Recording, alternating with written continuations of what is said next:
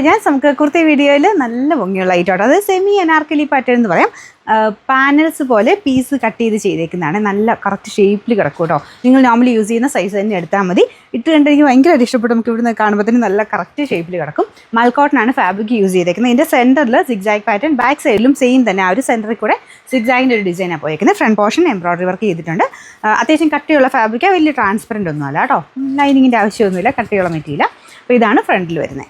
ഇത് നല്ല ഹെവി ആയിട്ട് എംബ്രോയിഡറി ചെയ്തിട്ടുമുണ്ട്. അത്യാവശ്യം നമുക്കൊരു കാണുമ്പോൾ തന്നെ ഒരു ഫംഗ്ഷനൊക്കെ ഇട്ടുകൊണ്ട് പോകാൻ തോന്നുന്ന പോലെ അങ്ങനത്തെ ഒരു ലുക്ക് കിട്ടും കേട്ടോ. എന്ന് വെച്ചാൽ ഡെയിലി ഉപയോഗിച്ചുകൊണ്ടും കുഴപ്പമൊന്നുമില്ല. ഡാർക്കർ ക്രീം ഷെയ്ഡ്, മൽക്കോട്ടൻ്റെ നോർമൽ കളറിലെ ആ ഒരു ഷെയ്ഡാണ്. ബ്ലാക്ക് ആണ് കോമ്പിനേഷൻ കൊടുത്തേക്കുന്നത്. കളർ കോമ്പിനേഷൻ വൈസും നമുക്ക് ആ ഇട്ട് കാണുമ്പോഴുള്ള ഭംഗിയൊക്കെ നല്ല കേട്ടോ. സൈസും കറക്റ്റാണ്. ഞാനിപ്പോൾ മീഡിയം തന്നെ ഇട്ടേക്കുന്നത്. അത് കറക്റ്റ് ഫിറ്റിങ്സ് ആണ്.